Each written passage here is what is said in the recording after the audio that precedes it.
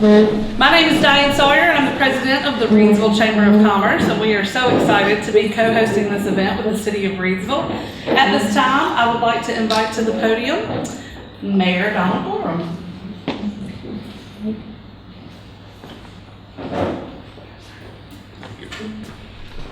Good morning. Good morning. We're so excited to have you all here today. We appreciate you joining us to learn more about the City of Reidsville's Unified Development Ordinance, or UDO. I realize that regulations about zoning and subdivisions may not be appealing to you or to anyone, but your presence here today lets us know that you are committed to Reidsville's future. Your feedback is important as we finalize this document that will guide our city's land use development activities for the years to come. So again, thank you all for being here today for our program. And now I'm going to turn it over to our city manager, Ms. Summer Moore. Thank you, Mayor. Good morning. Good morning. Good morning. Welcome. Again, thank you so much for coming out. To kind of give you a little bit of a preview what to expect today, I'm going to have a very brief, maybe 10-minute overview of fact versus fiction, understanding the UDO.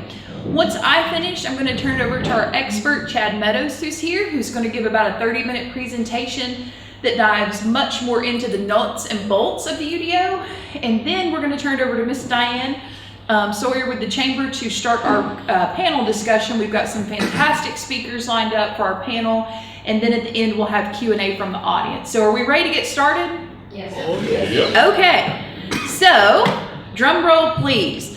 What everyone wants to know, fact versus fiction. First thing, the mythical UDO. So I want to go over, Sherelle, this isn't good. Fiction, it is not working.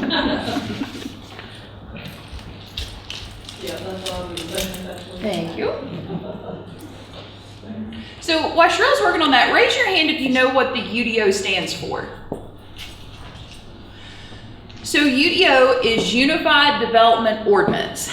So for today's purpose, the purpose of Java and Jargon is to enjoy coffee, which is your Java, and networking for the purpose of learning about the Unified Development Ordinance, often referred to as the UDO. Today in this presentation that I have, I hope to cover the following topics: is to educate and explain what the UDO is, understand why the city is redoing our UDO, how the UDO will impact you, UDO versus building code, provide transparency, and most importantly, solicit public input.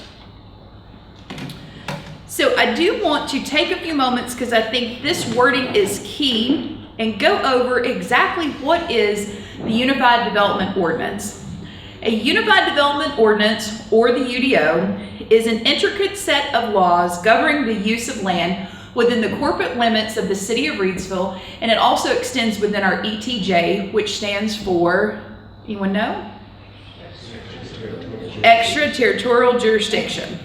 The UDO is the process used by the city to consider requests to establish allowable uses, how uses and land development activities may be operated, also how sites and site features supporting land use are to be configured, and how violations of the city's land use rules are determined and addressed.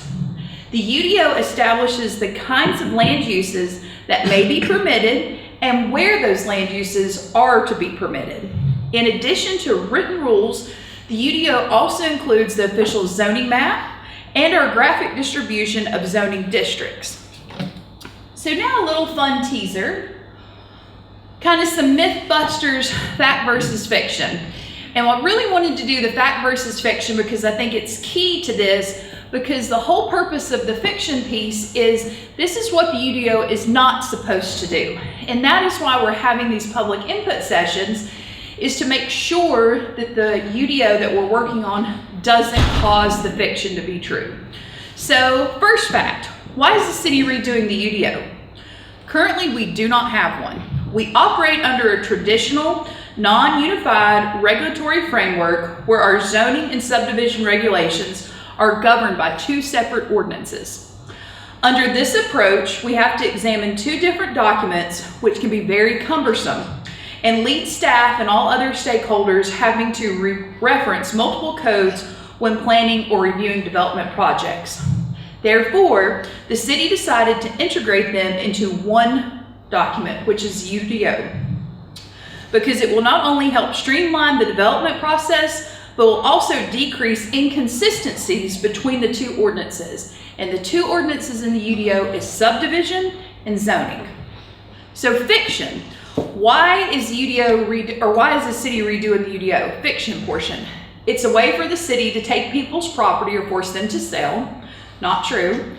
The city is updating the UDO just to raise taxes or fees. And the city is updating the UDO to stop growth. Not true. The city of Reidsville is poised for growth. We're seeing it now. We anticipate to see even more in the next 2 to 5 years. Right now, in the next 2 to 5 years, we have at least 1,200 new homes coming on board. So that is not the city's intention behind the UDO. The next portion I wanted to cover that I think applies to everyone is, who does the UDO affect? So fact, the UDO affects everyone who lives, owns property, does business, or develops in Reidsville and within our ETJ. It also affects some people directly, like developers or property owners who want to build, and then some of us feel it indirectly, like neighbors, and when we see our neighborhood changing, maybe new housing developments coming in our neighborhood. That's a part of it that we're indirectly affected by. Who is not affected by the UDO? The fiction portion. The UDO only affects developers and builders, and that's not true. It affects everyone. The UDO will take away my current property rights. That is not true. And the UDO is just about downtown or new growth areas. That is also not true. Again, it's all of the city of Reidsville, including our ETJ. And then the other big one that I know I've heard a lot of discussion in the community is the impact that the UDO would have on existing properties. So fact, legal, non-conforming uses like older buildings can continue unless significantly altered or expanded. If you want to expand, rebuild, or change how you use your property, that's when the new UDO rules would apply. Fiction. I will lose my right to use my property the way I always have. The city can force me to move or tear down buildings that don't fit the new UDO rules. The other portion of fiction is small changes like a new deck or fence will require rezoning. Those are not true on impacts of existing properties. So now let's talk about the influence the UDO has on development. Fact, the UDO will streamline the process by consolidating overlapping rules into one guide. The UDO affects development by shaping where it happens, what it looks like, and how it connects to the community. The UDO is the rule book for growth. What we do not want the UDO to be, and that's why we want public feedback. The UDO will make development harder and discourage growth. We do not want that. The city can pick favorites and change rules at will. We do not want that. That's why you want one document that's in black and white. Smaller builders won't be able to afford projects. Actually, the UDOs can make infill and smaller scale developments easier by reducing even more red tape. Again, that's why it's important to get this public feedback and input, because we don't want to negatively impact you. The big one too that I myself even struggle with, and we get so used to our fields and our professions, I'm not very well versed in building code. I will admit that. And there's some confusion between what does the UDO do and how does it tie to building code. So I do want to separate what the two are, because they are very different governing documents. The UDO is typically implemented by your city council, your county government at a local level. That is controlled at a local level. It focuses on land use and development. It's enforced by city planning and zoning staff, and the purpose is to guide community growth, protect property values, ensure compatibility land uses, and carries out the city's comprehensive plan. So then what is building code, Summer? Building code is completely different. Building code focuses on the construction and safety of building standards, and it is state mandated. Meaning, if it is in building code, that is state mandated. The city has no jurisdiction over that to a degree. Covers structural integrity, electrical, plumbing, and mechanical systems. Regulates fire safety and accessibility, your ADA. And the purpose is to protect health, safety, and welfare of occupants. And as we move through to the panel portion of our program today, you'll get some insight into the building code and how it does or does not impact the UDO. But I just thought that was a very important piece to highlight, because so many times I think building code and the UDO get intertwined when they're two separate documents and two separate boards that govern them. UDO, again, local control, building code, state control. And then the big one that I really want us to get out of today is transparency and public input. So a fact, as of now, 7 of the UDO's anticipated 10 chapters are complete. And when I say complete, it just means they're a draft. They've not been stamped, they've not been finalized by council, they've not been up for public hearings, so it's just a complete drafted version. Drafted those are available, and outlines for the remaining 3 chapters are included in an annotated outline, and it's available for public review. The fiction part, what the UDO is not in reference to transparency and public input. The UDO is not finished. It is not. The UDO will be adopted without public input. It will not. It has to have a public hearing. The UDO is being pushed through without any public input. Purpose of today's meeting, to get that public input. And I know Chad Meadows, our consultant, is going to go over other ways where he had solicited public input throughout the process. The other big one I hear a lot is the UDO cannot be changed once it's adopted. Absolutely not true. You will probably see, as residents, business owners, and developers, within the first year, there'll probably be some modifications made to that UDO. So just because this is what's proposed forward, this is simply a draft and something as another tool in our toolbox. But the UDO can be changed at any time with City Council. And then finally, the UDO is not the magical be-all, save-all lifeline. It's not. And I think there's some confusion there that the UDO is going to save everything, it's going to change everything.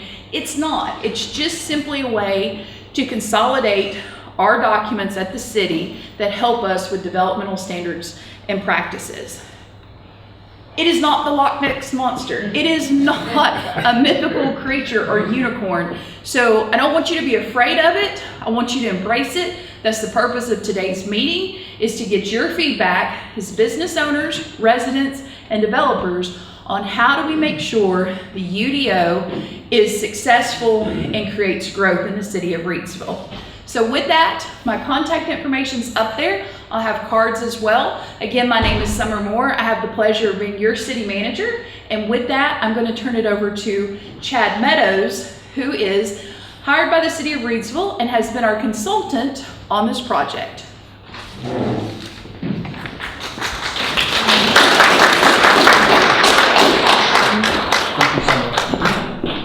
Good morning. How's everybody? It's a hard act to follow. We'll get the PowerPoint up here and going. While we do, good morning, Mayor, City Council. Thank you so much for the chance to be here.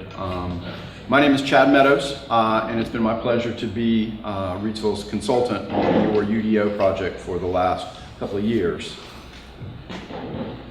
Awesome. I'm going to take 20 minutes. I'm not going to take 30 minutes because, like Summer said, this is not edge of the seat stuff. Most people find this stuff to be kind of boring. I will do my level best to make it interesting. My objective is to tell you a little bit more about what we've done up to this point. As Summer mentioned, this is not a finished document. We are still in the process. There are numerous opportunities for people to get involved, including this effort, and opportunities to get involved going forward. All right, so I'm going to talk a little bit about the team itself. I'm going to talk about the purpose for the project, what we've done thus far, structure, project goals, and answer hopefully some other questions that have come up. CodeWright is a land use planning consultancy in Durham, North Carolina. I am the founder. I was born in High Point. I grew up in Jamestown. I've been a planner since 1992, so I've been doing this for about 33 years. My sole purpose in life is to draft development codes. I do not work for private sector developers. I only work for local governments, and primarily in North Carolina. And it's been my pleasure to draft over 30 development codes for the state in the last 10, 15 years. I am joined by 4 other AICP certified planners. That's our trade, our sort of trademark for people who have been through extra training. Combined, we have over 100 years of experience, and these folks serve as assistant managers or planning directors or planners across the state. So very, very knowledgeable folks. Why are we here? Reboot Reidsville is the name of the project. That is the name of this project to create your UDO. Did I call Reidsville and say, hey, why don't you guys hire us? No, I didn't. Reidsville put together what's called a request for proposal, an RFP. Back in March of 2023, they broadcast this document asking for land use consultants like myself to propose a project to assist with updating the UDO, developing and creating new development rules for the city. There were 5 objectives in this document. Okay, implementing the land development plan, which you guys adopted in 2022, creating a more user-friendly document that has more graphics, adding new definitions and new use tables, producing paper and web-based formats, ensuring consistency with all applicable laws, bringing Reidsville's development regulations into the modern age. That was the effort. Okay, that was the charge. That's what planning consultants were asked to do. And that's what we've been working on with your staff and your elected officials. Here is the timeline of what has transpired up to this point. Again, the RFP was issued in March of 2023. We conducted the first kickoff meeting for the project, Reboot Reidsville, in August of 23. We did a series of 10 stakeholder interviews in October of 2023, asking people what works with the current development regulations, what doesn't work with the current development regulations. Those project stakeholders were identified by town staff. We launched the project webpage in October, Reboot Reidsville. If you have not been there, please go check it out, www.rebootreidsville.com. All of the draft work product, all of the details, copies of the presentations, copies of the videos that have been made, all of that information is on that webpage. And we will continue to post to that webpage while this project goes on.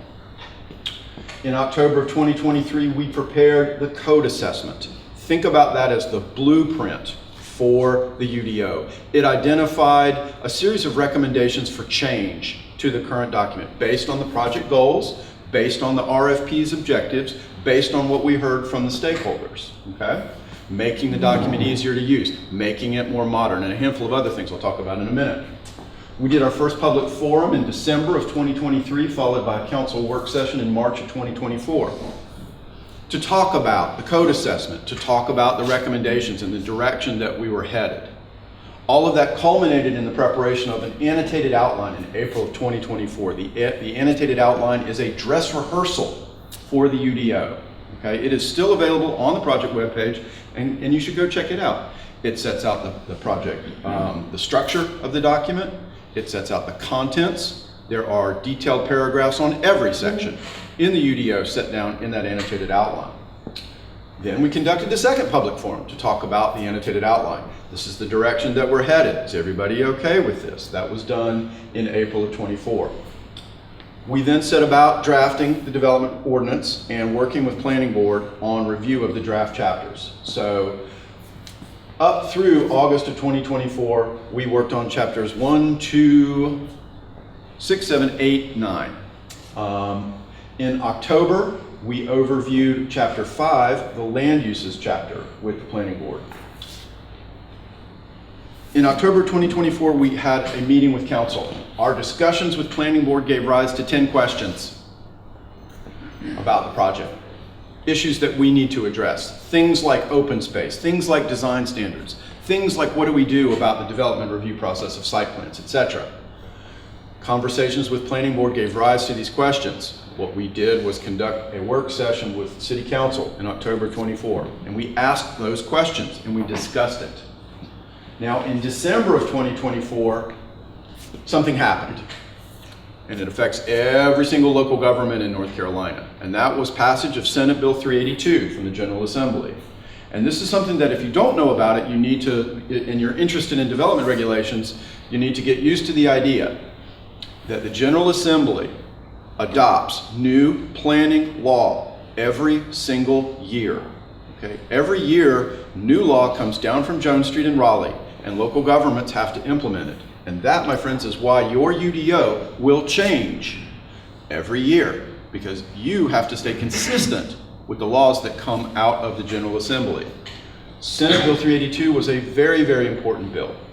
It's called the downzoning bill. And what it does is limit local government's abilities to downzone property or to reduce development potential without prior landowner consent. Okay? So in order to lower density, in order to reduce the range of uses, in order to create nonconformities on non-residential properties, 382 says local governments must get prior consent from landowners, okay?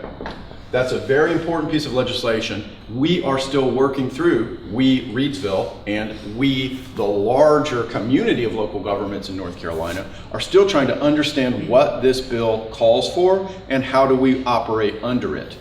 It is very much a watershed moment in planning for North Carolina. So, to talk about it and to review the answers to the 10 questions, we had another work session in February of 2025 with council to go over the answers to the 10 questions that we talked about in the prior work session and to talk about what the ramifications of 382 would be.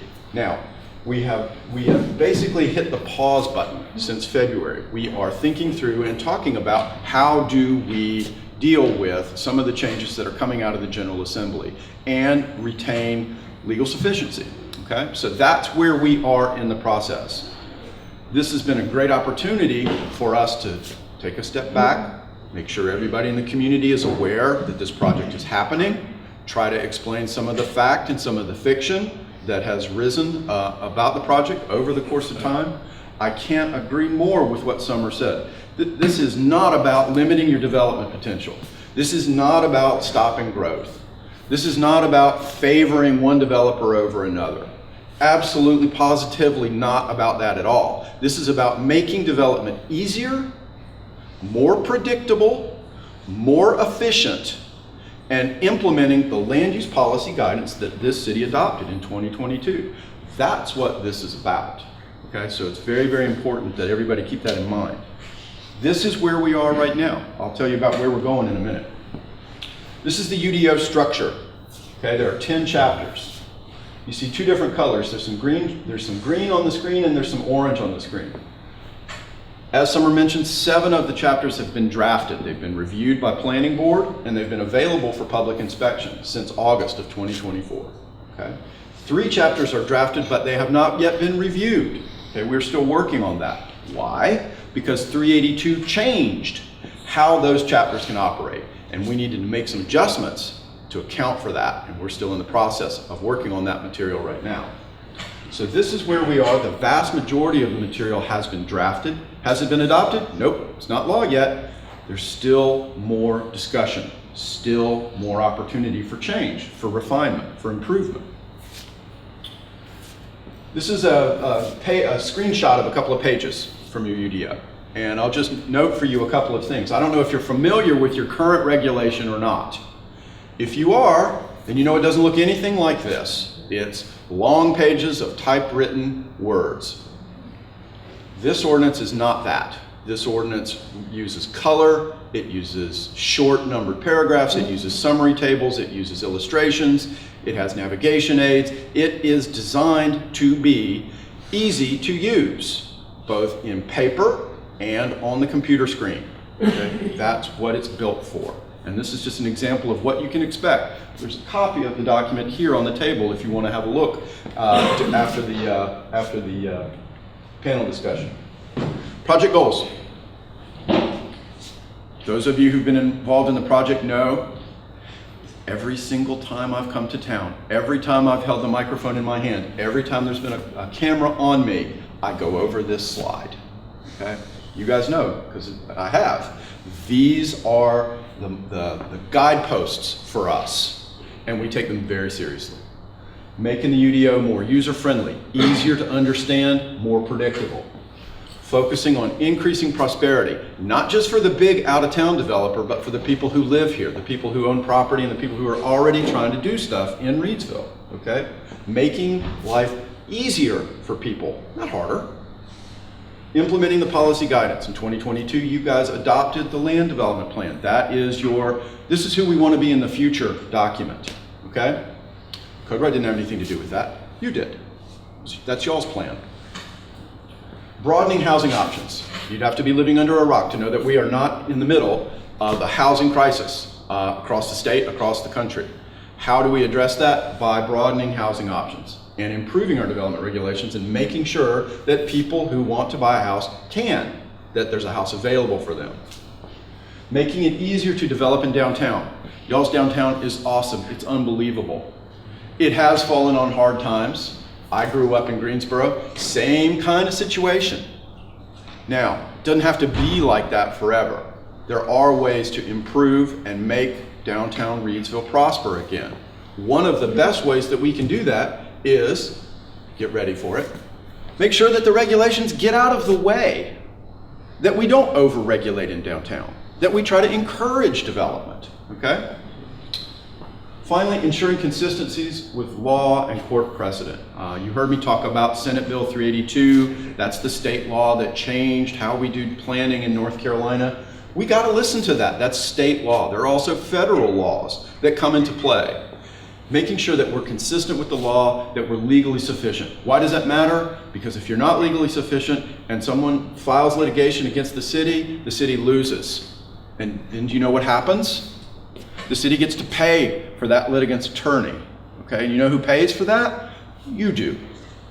So we don't want to have that. We want to avoid litigation. So, very, very quickly, making the UDO user-friendly. As Summer mentioned, one document, intuitive document structure. Let's have more illustrations, better layout, make it easier to use. Focus on prosperity, right? We want a wider array of use types, more uses that are by right, that can be reviewed and decided by staff based on codified standards, not one-offs, not things that you have to guess about, that everything's written down, okay? Allowing expansions without full compliance, encouraging existing development to improve itself without throwing the rule book at them. Implementing your policy guidance. Those are the 6 goals from your land development plan, okay? Broadening housing options. More housing by right, more accessory dwelling units, multifamily allowable in certain places subject to very clear rules, more live-work units. Easier to develop in downtown, recognizing that all of downtown is not the same. There's the core of downtown with taller buildings very close to the street, and then there's everywhere else. And that's different than some of the neighborhoods that surround downtown. Relaxing some standards, making the parking, landscaping, setback standards easier to operate under in the downtown. More credit for open space, right? Promoting mixed use, being flexible with compliance during redevelopment. Consistency. Being sure that our sign regulations are consistent with state and federal law, okay? More applicant control over performance guarantees. A process for unlisted uses, ensuring consistency with the downzoning rules, that 382 bill I was talking about, removing criminal penalties outright from the zoning ordinance, the UDO. Limiting driveway paving and parking standards. Again, just trying to be consistent with the laws that govern the state and the country. There were a few other questions that were asked during discussion of today's presentation and things that we're hearing in the community, and I just want to kind of answer a couple of those here. Best practices or model codes that were looked at or that were reviewed as part of this project. And so I'll just say that I am I'm a Euclidean zoning professional. I'm not a form-based code person. And I know that that doesn't mean much to everybody, but maybe some of the words I'll mention now will. Clear, predictable procedures, measurable review criteria, incorporation of flexibility and alternatives so that people have choices about how they comply with the rules. Administrative review, not going to planning board, not going to the elected officials, except when that's required by state law. Writing down the rules so that everybody can read them in ways that we can all agree on what they say, and letting the professionals that we pay do their jobs. Okay? That's the model code that I espouse. What are the challenges when balancing flexibility and predictability? It's a great question, and I'll just tell you, in my experience, flexible codes are really short. There's not a lot of words, they're very short. Why? Because staff gets to make the call. Do I get to do this? Do I get to do that? Well, I don't know, it depends on staff. Depends on whether or not staff agrees with your proposal. That's what a flexible development code is, generally speaking, okay? That's not what you want. I had people ask me, can we have a 10-page development code? Sure. The 10 pages are whatever staff says is what you do. Is that what you want? Probably not. Now, on the other side of the spectrum is the predictable development ordinance, right? The predictable development ordinance has a lot of pages. Why? Because there's stuff written down so everybody can read it so that you know what the rules are, okay? And I heard people say to me, oh my gosh, Chad, it's 500 pages, it's 600 pages. Why is it so long? It's so long because there's a lot of stuff to say, and this is a reference document. You have 100 pages of definitions. Why does that matter? Because when litigation comes, the judge is going to look at the definitions. Okay? It's very, very important that we're clear about what the rules mean. So, how do we balance predictability and flexibility? We look for that happy medium where there's some flexibility and some wiggle room, but also there's very clear guidance about what the requirements are and ways to comply with guidance that might be different, that those are incorporated into the standards. Finally, how does the UDO balance prescriptive design standards with flexibility? Probably 3 or 4 things. First, using a very light hand. And what I mean by that is not having overly restrictive design standards, focusing on the things that are most important, those 5 or 6 standards that move the needle the most in terms of design quality, and forgetting the rest. Just focus on the things that are most impactful. Use menus. Allow an applicant to choose from 6, 7, 8 different choices. Here are 8 ways that you can have a well-designed building. Pick 3 of them. Which 3? We don't care. Any 3 you want. You get to pick. So use menus wherever you can. Incorporate alternative compliance. Give applicants a means to propose an alternative outcome, an alternative solution that deals with, a difficult site, difficult topography, difficult site conditions, whatever. Recognize that there is a need for that and build the ability to accommodate that into the regulation so that that can happen easily and predictably.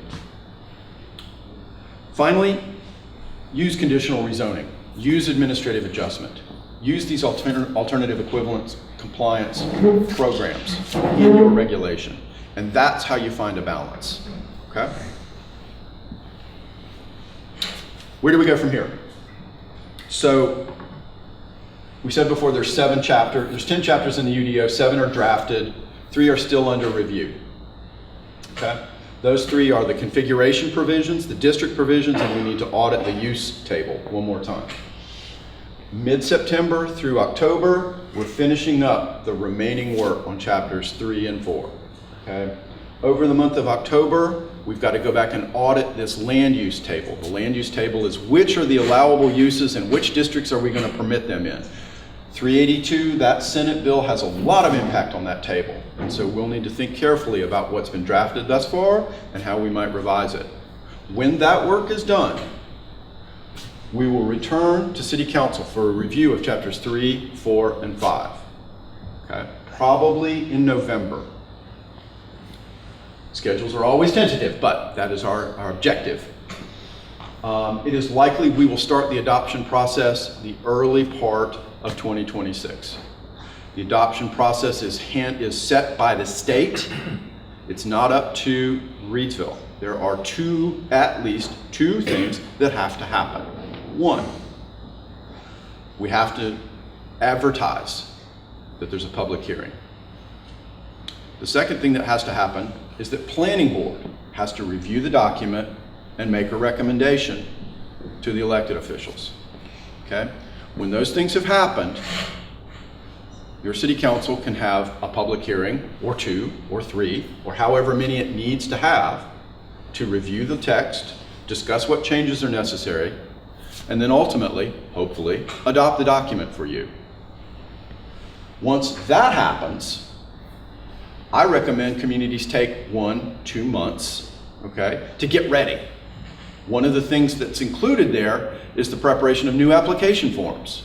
So we are going to prepare for Reidsville a whole new set of application forms. Why? Because your current zoning compliance permit or site plan application doesn't reflect the new UDO. That stuff has to be updated. We're also going to make it digital so you can fill it out on your computer. Okay? Yeah, what a concept. So we would anticipate adoption of the UDO January, February of 26. A lot of local governments do take some time before triggering what we call the effective date, the date that the rules actually go into practice. Do you have to do that? No. You could make it effective upon adoption. We are going to prepare some additional application forms, and I suggest that you spend some time training your planning board, training your staff, maybe have another meeting with the development community and go over the document. And that covers everything that I wanted to say. At this point, I go back to Summer, and I really do appreciate y'all's attention. I know this is not edge of the seat stuff, but it is really, really important. I'm very passionate about it. Your staff is very passionate about it, and our objective here is not to make your life harder. That is not what I was hired to do. I was hired to make your life easier, and that's what we've been doing. Okay? And I'll hand it back to you, Summer. Thank you. Thanks so much. All right. Our goal for today with our panel of experts is to clarify what the UDO is and to hear honest and professional insights from those who work in and around development, and to leave here today with a better understanding of how this document and the people implementing it are working to make Reidsville more business friendly. All right, panel, are we ready? Let's get into it. All right, so my first question is for Ms. Eden Combs. Eden, you have been through the renovation process firsthand. What parts of the journey stood out as especially confusing or unclear from a business owner's perspective? What's one step or resource that would have made the biggest difference for you during the planning or inspection phase? So I would say that the biggest challenge I faced was the process. Really not understanding and knowing the true process. Also not understanding the difference between the zoning and the building code, and that those are completely two different things. Once I understood that and then started figuring out who to go to for what, it made the process a lot easier. So I would say first you need to understand the process if you plan on doing a project, and the city is willing to work with the community and the people. You just need to schedule time to sit down and go through that. But their whole team finally came to the building. We discussed what that process looked like and how we could move forward. I would say the communication piece was ultimately the hardest, trying to get somebody on the phone and trying to figure out which department to call for what. So now they do have Chase in place. And that has been really, really great, even for me as a real estate agent in the community, and being able to call in and get answers and knowing who to go to for what. Awesome, thank you. All right, question 2. I'm actually going to direct to both Tim and Charlie Hall. If the UDO had been updated and had been in place when you started any of your current projects, how might your experience have been different? So Tim, I'm going to go with you first. Thank you.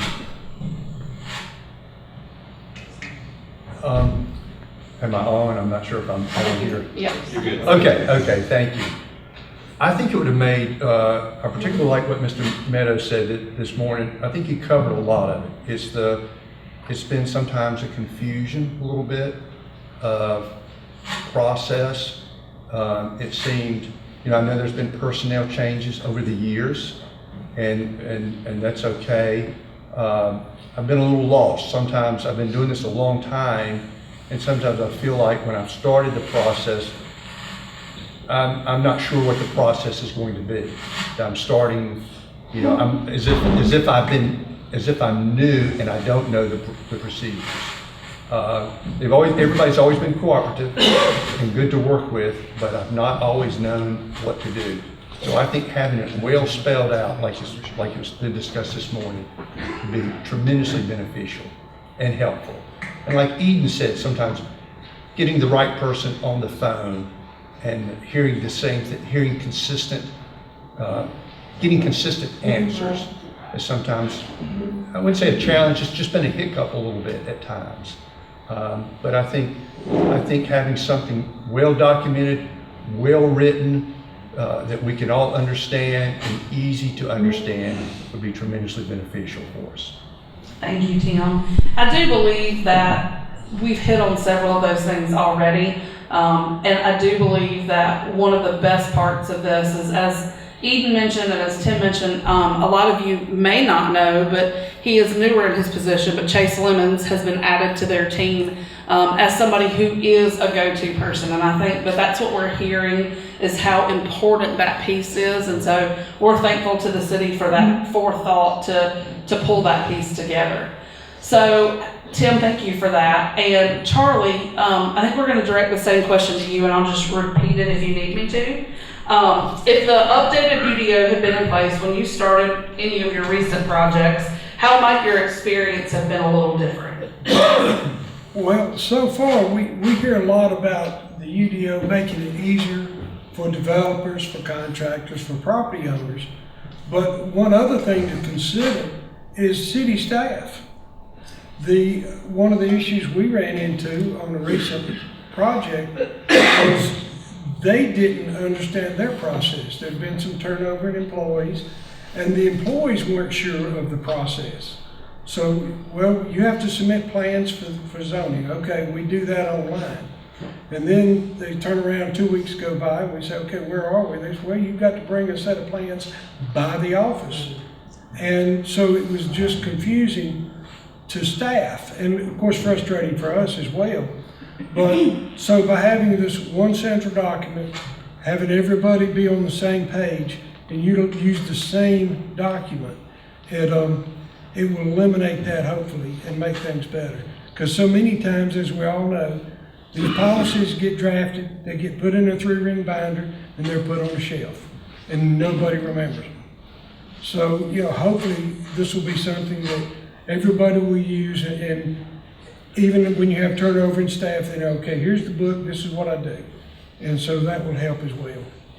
Absolutely. And listen, I've been here long enough to know that absolutely in the world of adopting new policies and documents, the great thing about this is it's going to be a working document, and they're going to have to continue to review it as we have new things, right? And as the future development guides how we're going to do that process. But I think you all saw how it's going to be online and it's going to be digital, and there are going to be pieces where it's going to make it much more user-friendly. And I'm also going to defer to Summer. I'm sure she has some additional comments. So, Charlie, I appreciate that so much. So to give some examples, why it's so important to have one document with everything. I know recently there's been some discussion about curb and gutter and clear cutting and the city looking at that. And I do know that that's something we're going to be looking at through this process. But to give a real life example, myself and Assistant City Manager Josh Farmer we were looking for the curb and gutter portion of this. Chief, I think we went through 4 different documents at a staff level just to find that piece of information. So if staff gets frustrated, I can only imagine how the public gets frustrated when staff ourselves takes us that long just to find those documents, because they've been piecemealed in a variety of documents, which, going back to what Mr. Hall said, was if you can have one document that you can pick up and look through for curb and gutter or whatever, it makes it so much easier, because Chief Farmer and I probably spent a good 20-30 minutes just trying to find the right document for something that simple. Thank you. All right, Eden, back to you. As a real estate agent and business owner, you're often helping other entrepreneurs get started. What do you hear most often from them when it comes to navigating the city's development process? Again, it's going to be the communication and the process. I agree with Charlie, having a clear process from the start to the end. Here's what you need to do, even the simple thing like a sign on the building, and knowing that there's a permit that is required for that, and there's a certain dimension based on the storefront that you have and the space you have to work with. I think that it's very important to know all of those pieces up front, so that you can truly understand what that process is and what the city is asking of somebody that's wanting to place a business or build developments in city limits. Absolutely. And also going back to that same, is it building code or is it UDO, and understanding those pieces, which is, again, one of the reasons for today. Thank you for that. Charlie, next question for you. From your view, what can be done to make the UDO not just a document, but a tool that actually changes the experience for people trying to do business here? So elaborating a little more on what you discussed earlier. So not just a document, but a tool for development. Let me give you an example of an experience that someone has had in the county and within the last several years. And this, I think, will highlight why a UDO could or would help. This young couple bought a piece of property. They were going to develop it. So they start grading without a plan. They buy a building that doesn't comply with the building code. They didn't realize that they would have to run this plan by the TRC, or Technical Review Committee. They didn't realize the DOT would have input, whether it needed de-acceleration lane or not. They didn't realize they had to worry about, will the site perk? Will we be able to put a septic tank? Will we have water? Will we have enough power? So there are so many different facets of construction. They didn't realize this. And with the regulations being so diverse in so many different locations, if the UDO had been in place at that time, it would have given them one place they could have gone, and if they looked through it, they could have realized what they needed.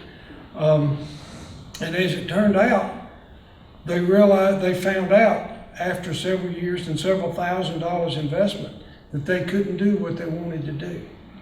So this young couple had a financial loss because of the things they didn't know and couldn't find out easily. So UDO could have helped prevent that financial loss for this young couple. Thank you, Charlie. And one of the things that I was saying, I'm going to defer to Summer on this. We've been discussing a lot. We put a lot of thought and a lot of effort into having this event today. And one of the things that we discussed, you can have a roadmap, but whether or not somebody chooses to follow it or to seek it out. And so one of the things that the economic development team in Montana can speak to this too, and the chamber and the city together want to do, is be sure that there is a guide for folks and that they're constantly getting the same answer. So if they land in the chamber office or if they land in one of the departments of the city, that they're being driven back to Chase, and that he can hold their hand and walk them through the process so that people aren't, because we don't want people to lose money. We don't want people to, so this is one of the major pieces that will help propel all of that forward. Summer, do you have anything you want to add to that?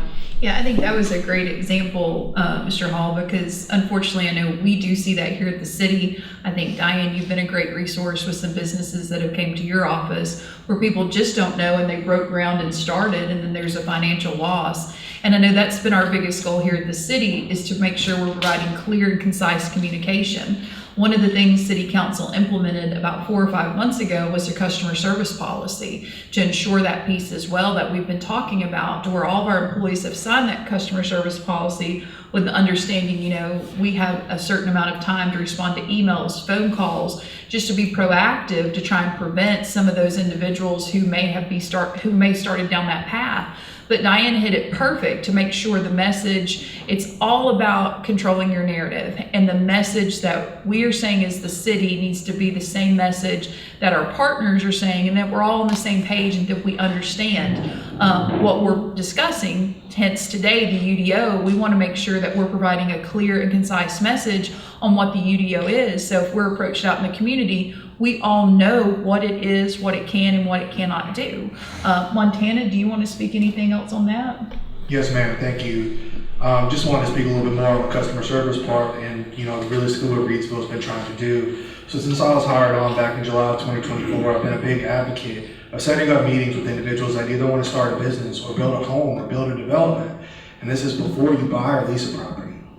You know, our team has gotten together. If you were to give my office a call and say, hey, I'm looking to do this. Again, whether it's 1 house, 300 houses, if it's a small retail shop, or if it's a 1 million square foot industrial building, if you give me a time, I will get the right team together. That will include myself, Chase Lemons, our planning team, Drew Bigelow, as well as our inspections team. We will come to the property that you're looking at, and we will talk you through every single step of the process of what to expect. What are the problems you might encounter? And that way you also can put a face to the people that you're going to be talking to throughout this process.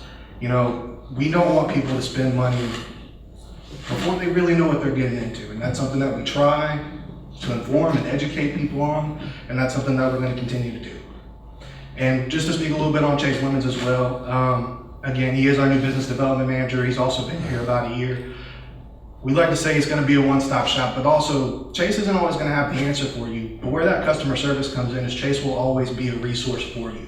He's going to be a place where you can end up, and he will find where you need to go. And he also is going to provide that additional accountability for ourselves and our staff to make sure we get the information that you need and desire for your project. Chase, can you stand up for me? Thank you, sir. Awesome. Well, I would just like to wrap that up and say, for that piece of it, that is also where we are as the chamber with the frontline staff, and we are happy to be the chamber and the visitor center. We get a lot of those folks in our office first, as well as they're seeking out people and seeking help. So we also train our staff to be sure to be a resource. And whether it's the small business center, whether it's Chase and the economic team, we are trying to make sure that we pass them off to where they need to go. All right, we're going to switch gears a little bit. This next question is for you, Mr. Williams. So what is the difference between the UDO and the building code? Summer actually spoke on this earlier, and I think she did a really good job. Essentially, the UDO is your locally elected ordinance. And its focus is mainly going to be around the safety of that use in that spot. We obviously don't want chemical plants or fertilizer plants in the middle of residential neighborhoods. And the building code is going to be about what we're doing in the building itself and how to safely do that. That is the structural components, the egress pathways in and out, the electrical, the plumbing, the mechanical, and just ensuring that that's all done safely. And that is the biggest difference. Any additional? No. Okay, all right. So the next one's also to you. And at what point in the process is a building permit required? The legal definition of that is any modification or extension of a plumbing, mechanical, or electrical system, a structural change, a change of occupancy. That's going to change so much project to project that that's almost hard to answer. I'm going to say in a lot of instances, if you're doing a project, it's no cost just to call the inspections department. Let's meet on site and look at what you're doing and ensure that we're doing the right thing. And if it's necessary, we'll talk about a permit. And that is the answer. It could Yes. change so much. Yes. And a phone call is A necessary. phone call is necessary, and we want to work with everybody to help you be successful. Let's work as a team. Absolutely. Thank you.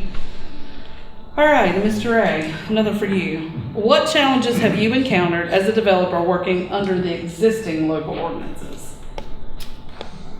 I would say, as my answer before, just the a little bit of confusion at times. Sounds like this new policy will, having everything in one place, having designated person to go to, will benefit greatly. I mean, the people have been great. Charles is great. Summer has always been good. The people here have always responded. They take calls and they try to, help, and they've done a good job with that. So I think what I've heard this morning is promising and sounds good, and I look forward to that.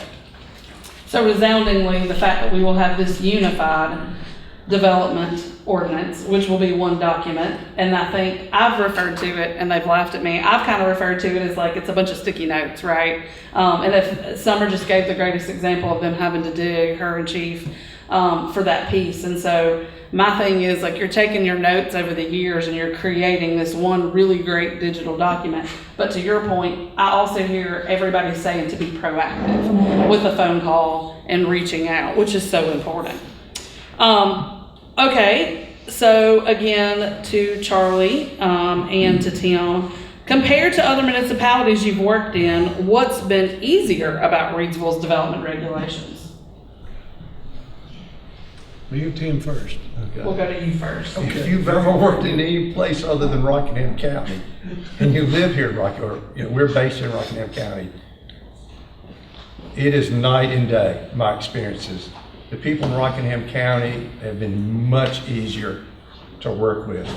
If I could never build or develop in another county, I'd probably be just happy with that. County, both Reidsville and Eden, all the communities I've worked in, still a small town feel. I meet the people who are the administrators and the inspectors, and a very positive experience. I mean, even though we have glitches or hiccups, we've always been able to work through them. And I think it's because we are a small town and we have people who care. I can go to town hall and talk to these folks. It's a whole different creature going to a different area. It has been my experience going to Greensboro or Guilford County. And I think that's what the council and the administration team is trying to capitalize on, is that customer service piece and being that small town. And we are positioning ourselves for Reidsville to grow. We know that growth and that development's coming. So how do we solidify where we are, make it better, and put ourselves in the best position we can be? So I think that's... I think we're on track. I think we're so on track. Charlie? I could repeat everything Tim just said. He is spot on. We do work in Guilford County, we've done work in Mecklenburg County, and it is a world of difference. The folks in the county and in the municipalities, you can go submit your stuff, talk with them, and they're reasonable. It doesn't feel adversarial as it does in some areas. One time there were people who said, we want to be like Greensboro. And I said, why? Thankfully, those people aren't here anymore. And summer has been such a blessing for Reidsville. We appreciate the leadership that she brings. So, yeah, it just, when you go in, you're dealing with neighbors, you're dealing with friends. It doesn't feel like a battle. Awesome. Thank you so much. All right, Ms. Drew, you've been waiting. It's your time to shine now. All right, so what specific challenges or inefficiencies in the previous zoning or subdivision codes prompted the move to a UDO? So to echo some of the things that everybody else here has said, we had multiple documents. As we updated those documents over the years, it wasn't always consistent. So something might change in the zoning ordinance that didn't necessarily get reflected in the subdivision regulations. Things would change with state law, with watersheds and floodplains, and that information would not get included into the zoning ordinance. So we were a little bit all over the place with our regulations, and you had to search for things. And it made it hard for staff to be consistent and to provide consistent feedback and support for these different projects. So one unified ordinance that has everything in it, removing those inconsistencies, those redundancies, that's going to be the biggest thing to help development in Reidsville. I think that was the biggest challenge that we faced. Also the staff turnover, having people come in and out who stay in a position for a year or two at a time. It takes a year or two at a time to learn the ordinance and to get familiar with it and how to implement it. And when you have people leaving just as we're starting to get comfortable and get in a routine, it makes it difficult on the community. So those two things, in my opinion, in the 3 years that I've been here, has been the most difficult for developers who come to Reidsville needing assistance, seeking guidance. So also to you, Drew, but been covered a little bit, but I'd like to hear from you. How is the development review process hindered by the old ordinances? And you spoke about this a little bit already, but how did you hope a UDO would improve it? So a lot of the forms, the documents, the processes, the policies that we had were not consistent. Some of those policies that I speak of are not even in the UDO. They were in-house staff policies. Our forms over the years from director to director, as we've changed over with staff, have been modified, have been edited with little oversight or review from council. Those are internal forms. So, you know, as they change, the public hasn't been educated on how they've changed, why they've changed, when they've changed. So having one document that outlines that process shows us how we need to go about making changes, updating those forms, implementing those changes is going to help with consistency. And last, how do you anticipate that the UDO will need to evolve over the next decade to stay relevant and effective? So as Chad mentioned earlier in his presentation, state law is going to continue to change every year.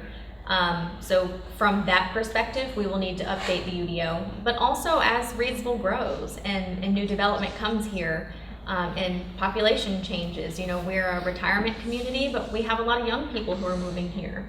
So the ordinances that we adopt and put into place, they need to reflect the people that live here. We want to retain the culture of Reidsville and what Reidsville is. As Tim mentioned and Charlie mentioned, we don't want it to be a Greensboro, but we want it to grow and we want it to be productive and we want it to reflect, you know, what Reidsville's always been and what it can be in the future as the population grows and changes. Thank you. Chad, what best practices or model codes did you reference while drafting Reidsville's UDO?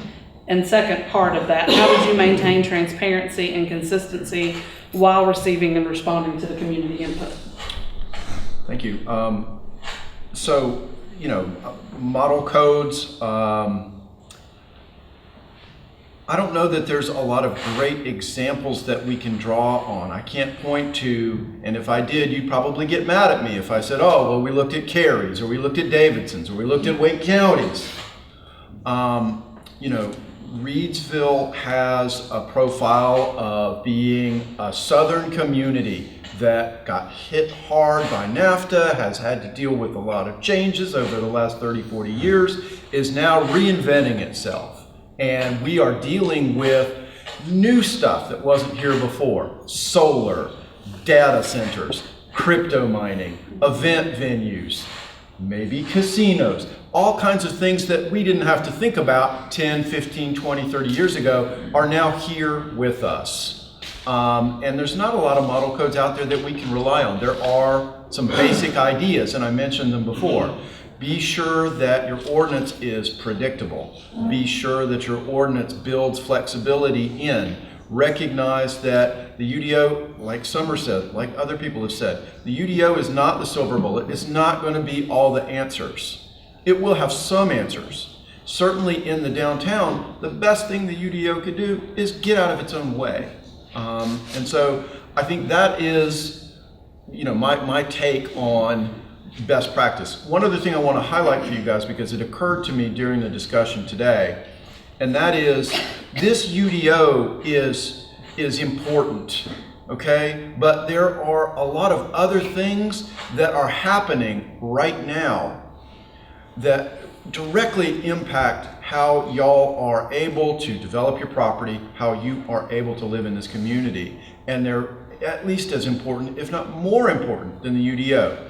The policy stance that your elected officials have taken in terms of customer service, the commitment that this staff has taken with respect to providing good customer service, right? The tools and resources that have been put in place to ensure good communication, to ensure efficient review process. Those things are vital to success of this UDO. And this could be, I could write you the best UDO in the planet, and if people don't answer the phone, or the policy guidance isn't in place, or when somebody's got a question they can't get it answered, who cares? So the fact that, you know, that this city and this staff and your elected officials have the presence of mind to realize there's more going on here than just the regulations is really, really refreshing and important. And I just want to be sure that you guys recognize that. Now, in terms of transparency, you know, I mentioned at the head of the conversation, this is not edge of the seat stuff. I am so sure that people have lots of other things that they would rather be doing, but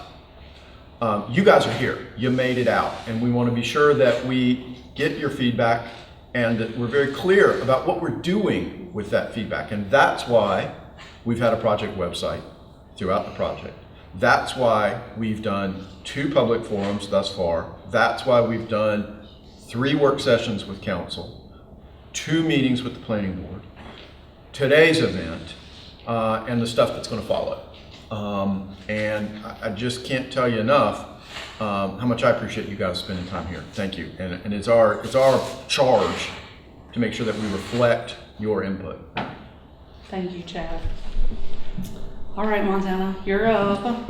And actually, Summer and anybody else too that wants to chime in, this is kind of like an economic development team question. We're going to let you take the lead here.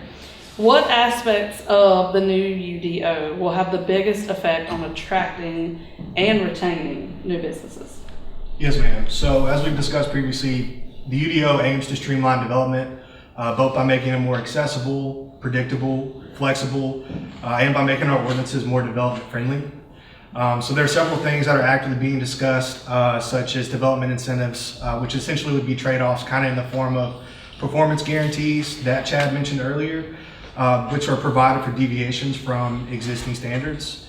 Other items that have been mentioned that are actively being discussed and that I'm sure a lot of you in the community have heard about are also clear cutting, design standards, open space, short-term rentals, things of that nature. And what challenges do you anticipate during the UDO's rollout for existing and new businesses? Yes, ma'am. So generally, the new UDO will not present challenges for existing businesses. The only time the UDO may pose a challenge for an existing business is if they're either expanding or reclassifying their use to a new type. So whether or not this would apply to your business is really determined on a case-by-case basis. So what are you taking your use from and where are you going to? And again, once we have these clear guidelines in place, our staff can easily go and look and tell you exactly what to expect and what you'll need from that process.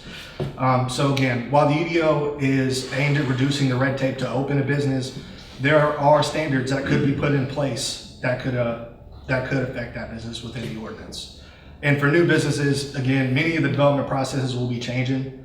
I think the biggest challenge is going to be education, communication, and really just informing potential business owners of what they need to do, which processes that they would need to follow.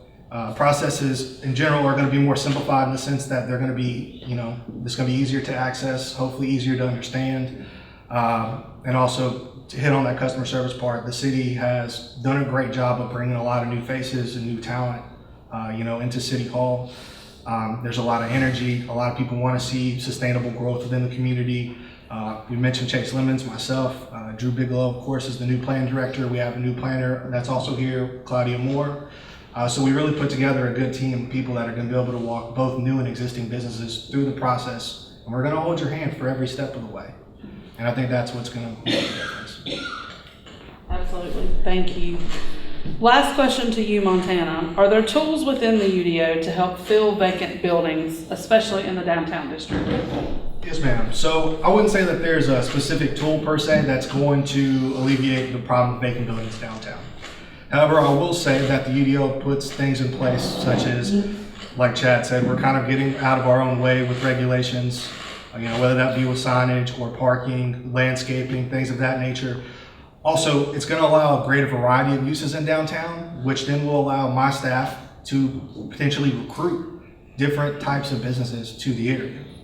UDO will also provide mixed use opportunities throughout areas like downtown, the Depot District, Freeway Drive, but also just, serving as a reminder that's been touched on several times. The UDO is not going to affect state building code. So again, it's not going to be a fix-all.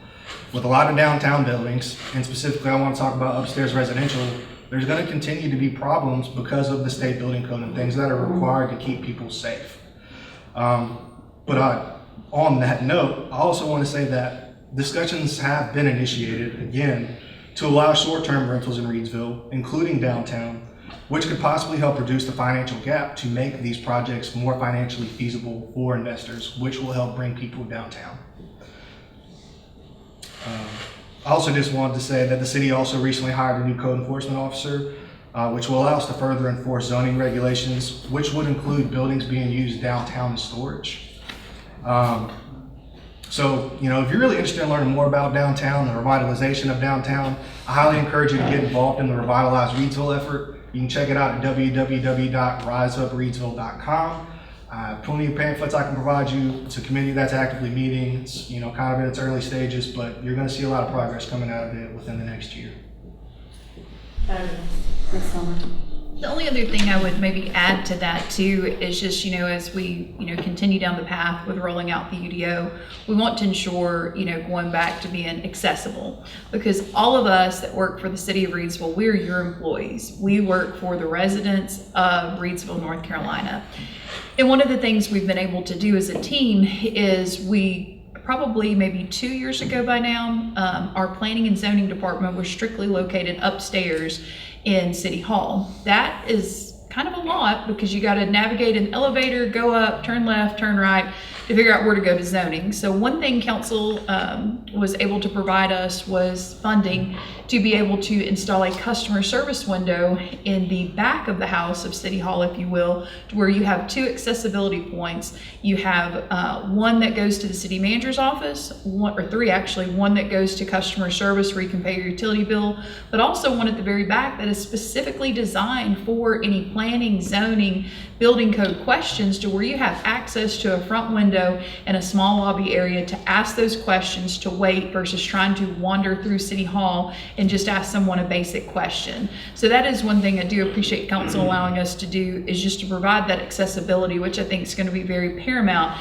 as we move forward and we get closer to unveiling and rolling out the UDO. Thank you for that. Chase, did we have any questions? Okay, beautiful. All right, well, thank you to all of our panelists. Yes, sir. I want to make one comment, and it's kind of been touched on, but I want to explicitly say it. Guys, Summer, Mayor, council members, staff, even with all these meetings, with all the things you're doing, you're not going to get this 100% right. There are going to be things you find you wish you changed. I'm going to encourage you to have an open mind and be willing to go back and make these changes. It just is going to be so important as you move forward. At the county, we did this a few years ago. We found out very quickly, some people came and pointed out, and he's not looking at me right now. He pointed out that we had made some mistakes. So we changed those at the county level. And so just be willing to make the changes that are necessary. And I think you will. But I felt led to say that. So thank you guys. I appreciate it. This is going to be a living, breathing document that is going to change. And they're going to see as we develop, that's going to need to change. But that's a really great point, because it's not going to be 100% right, because we're human and that's how things work. So I am super impressed by the work that the city staff and that Chad and that all the folks on the council, everybody that's been involved so far and what they have done. But the minute it goes, it won't stay that way for very long. We've made that very transparent, I think. So, Chad, did you have something you wanted to add? Very, very quickly, and I appreciate that. That is a very well-informed position. The UDO will absolutely, positively have continuing, lingering challenges that need to be fixed. We will uncover things that we didn't anticipate. That is not rare, that is common and proper. You want the document to evolve. We build into our contracts pro bono service to help local governments kind of kick the tires with their new regulations, to help them solve problems that were unanticipated during the drafting process. And that's not rare, it happens every time. And the sooner you guys commit to this idea that we're on some kind of ongoing rotational improvement to our regulation for the next 2 years, the better off you will be. Absolutely. I want to thank you to all of our panelists for being here and engaging with us today.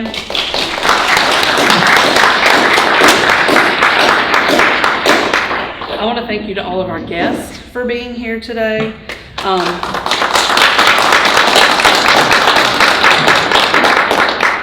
It's really clear to me that Reidsville is not just updating ordinances. We're working towards a better experience for everyone that's doing business here. I'd also like to give a really big thank you to Roy Sawyers with Rockingham Update for being here to record for us today. This will be that's key to me. It's something I said this summer. This is important because we are documenting this, and then we'll also be able to share. So thank you to those who've showed up today, but thank you to those who are watching this at some point later.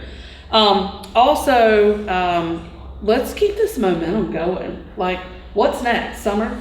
I'm going to turn that part over to you. Sure. So from a standpoint, I think Chad, and I'll kick it to him in just a moment, but really just getting your feedback. I know there's going to be a time here in just a moment. I see Chase bringing forward some questions, but to turn it over to you and kind of see exactly what are some questions you have. Just know this isn't your only meeting to have those.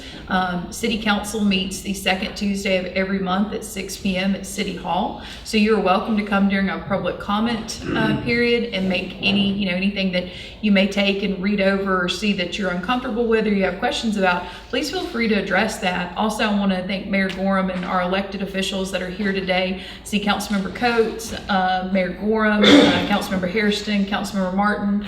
Thank you guys so much for coming out. We appreciate it. As far as next steps in the process, Chad, I'll kind of turn it over to you to where you are with your timeline. I know you touched on it briefly, but if you'll go kind of next steps, what you're going to be asking from the city next. Thank you, Summer. Very, very quickly. Again, we have 7 of the 10 chapters drafted. 3 of the remaining chapters are outlined, but we've been delaying completing them pending decision about what we're going to do on 382. To be honest with you, we were hoping 382 would be repealed. It was not repealed, so we're going to need to operate under those provisions. Not a big deal, and there's a lot of good ideas behind that legislation. We just need to make some adjustments in the development code. So what are we doing? Over the month of September, the month of October, we are making the revisions that are necessary to Chapter 3. That's the configuration standards, parking, landscaping, signage, lighting, design provisions, open space, etc. We're making those adjustments. Chapter 4, districts. We're making sure that the zoning districts are properly configured in terms of dimensions and that we haven't run afoul of the state law with respect to downzoning. That information will go to staff for review. They will give us comment. We will make those revisions. Next is a quick audit of the land use table. What that is a summary table of all of the land uses that are allowable in Reidsville and the zoning districts where they're permitted. We need to go back and double check that in light of 382. That'll happen in October.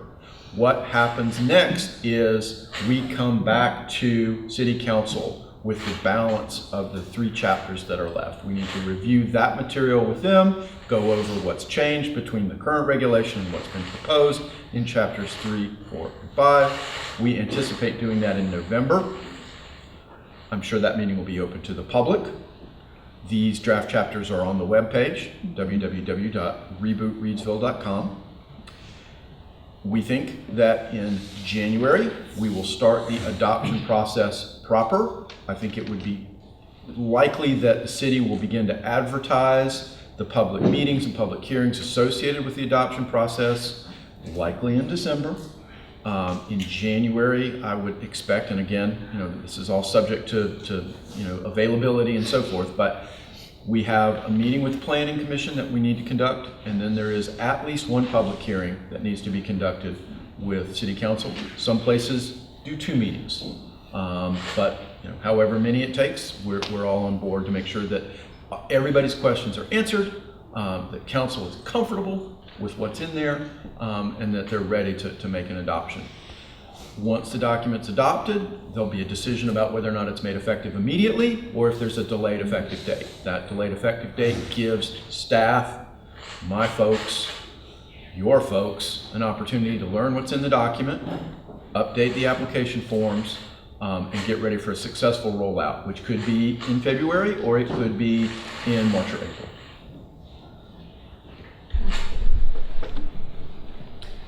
All right, so I do have one question, sort of. I'm going to try to decipher this. I apologize. I think I understand this to say, for a sports complex, what steps would need to be taken and how the UDO can help with land and zoning.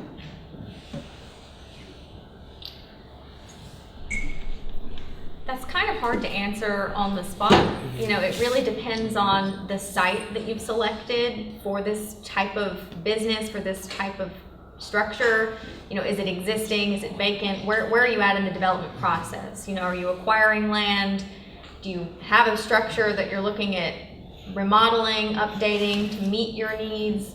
Rezoning could be involved. It's really site specific. As far as the UDO itself, I think some of the provisions that are going to be included will make it easier by removing, as we've noted throughout this entire presentation, the red tape, some of those unnecessary steps, outlining the application processes thoroughly so that you know what you have to do, when it needs to be done, and who you need to talk to.